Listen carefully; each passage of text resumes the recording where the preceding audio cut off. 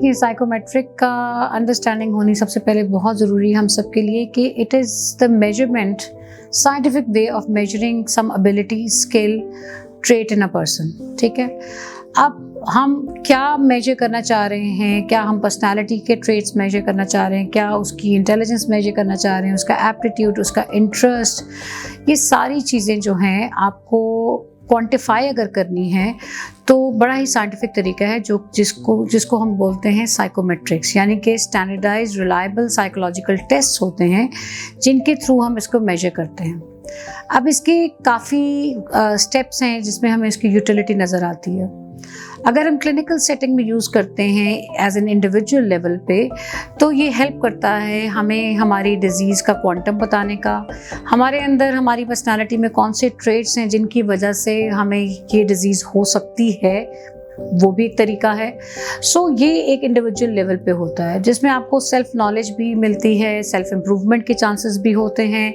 फिर आप अपनी पोटेंशियलिटीज़, एबिलिटीज़ को अगर थोड़ी सी लैक कर रही हैं, इन टेस्ट के रिजल्ट्स की बेस पे आप उनको इम्प्रूव कर सकते हैं, यानी कि आप अपने आप को इवॉल्व कर सकते हैं। उसके बाद अगर हम इसको थोड़े ब्रॉडर पर्सपेक्टिव पे लेके जाएं तो सबसे ज़्यादा अहम रोल इनका सिलेक्शन एंड प्लेसमेंट में होता है कि we say that if you select a right person, automatically your placement gets right. तो ये selection procedure में, making the selection procedure right, these psychometrics are the tools of making the procedure correct.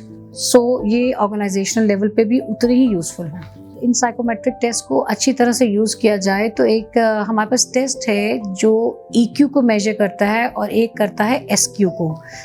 EQ is emotional intelligence quotient और एक test होता है सिस्टमाइजिंग quotient. अगर हम ये एडमिशन के लेवल पे करना शुरू करें तो राइट अवे बच्चा उसी जगह पर, उसी सब्जेक्ट्स में जाएगा जहाँ पर उसका माइंडसेट है, उसके थिंकिंग पैटर्न्स हैं, यानी कि उससे सूटेबल इन्वायरमेंट हम उसको देंगे और बच्चा एक्सेल करेगा।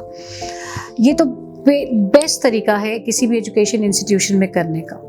लेकिन अगर हम बच्चों की रेगुलर असेसमेंट करते हैं इनकी, तो अगर जैसे बच्चों को एग्ज़ाम फोबिया है, एग्ज़ाम्स एंजाइटीज़ हैं, फिर आपके पास स्ट्रेस मैनेजमेंट की करते हैं, तो उससे पहले आप स्ट्रेस असेसमेंट करें। हम मैनेजमेंट्स की तरफ चले जाते हैं, पहले इन स्केल्स के थ्रू, इन टेस्ट के थ्रू हम मेजर करें कि प्रॉब्लम का क्वांटम है क्या। सो ये बच्चियों को अगर उनका पता चल जाता है तो इसका ये मतलब नहीं कि वो परेशान हो, उनको चीज़ों को रिजॉल्व करें।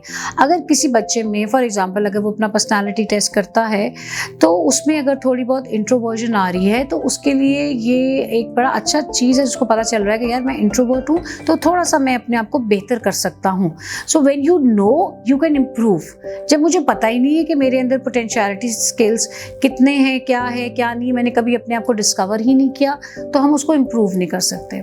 आप प्लीज़ ये चीज़ हम ना सोचें कि टेस्ट साइकोमेट्रिक का मतलब यही नहीं है कि सिर्फ हमने कोई बीमारी डायग्नोज करनी है, वो इसका एक पहलू है।